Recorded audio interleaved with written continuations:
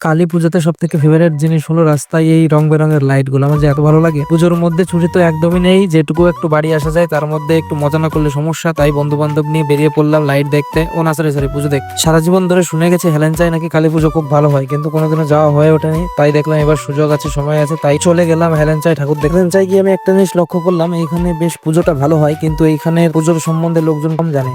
কারণ কি, আশেপাশে কোনো রেল লাইন নেই, সেই কারণের জন্য যোগাযোগ ব্যবস্থা একটু সমস্যা হয়। বাসে আসো, নাহলে মোটরসাইকেল, নাহলে প্রাইভেট গাড়ি। তার জন্য রাস্তাঘাটে ভিড়ও কম, এবং প্যান্ডেলে ঢোকার জন্য যে লাইন পড়ে সেই লাইনটাও অন্যান্য জায়গার থেকে অনেক পরিমাণে কম। আমার ওই ভিড় ঠেলে ঠাকুর দেখা একদমই পছন্দ না, তাই একটু ফাঁকা ফাঁকা জায়গা হলে আমার খুব ভালো লাগে। ছোট থাকতে এই গাড়িতে উঠে যা মজা ছিল, সত্যি গাড়িতে উঠেও সেই মজাটা পাওয়া যায় না। মেলায় গিয়ে কানের দোকানে না গেলে নাকি বাড়ি গিয়ে রাতে ঘুম আসে না।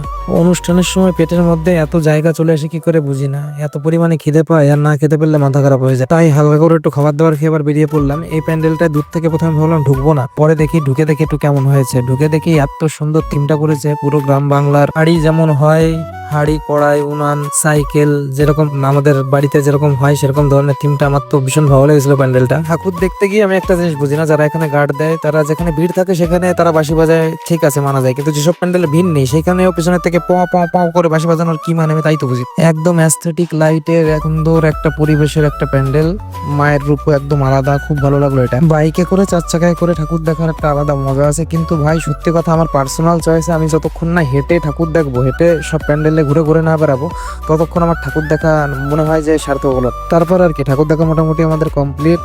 এখন বাড়ির দিকে যেতে হবে, তাই আর দেরি না করে বাইক স্টার্ট দিয়ে চললাম বাড়ির দিকে। হেলেঞ্চায় ঠাকুর দেখার এক্সপিরিয়েন্স খুবই ভালো। পরের বছর আবার যদি সময় সুযোগ হয় তাহলে অবশ্যই আবার আসবো হেলেঞ্চায় ঠাকুর দেখতে। এইবারের এক্সপিরিয়েন্স খুবই ভালো।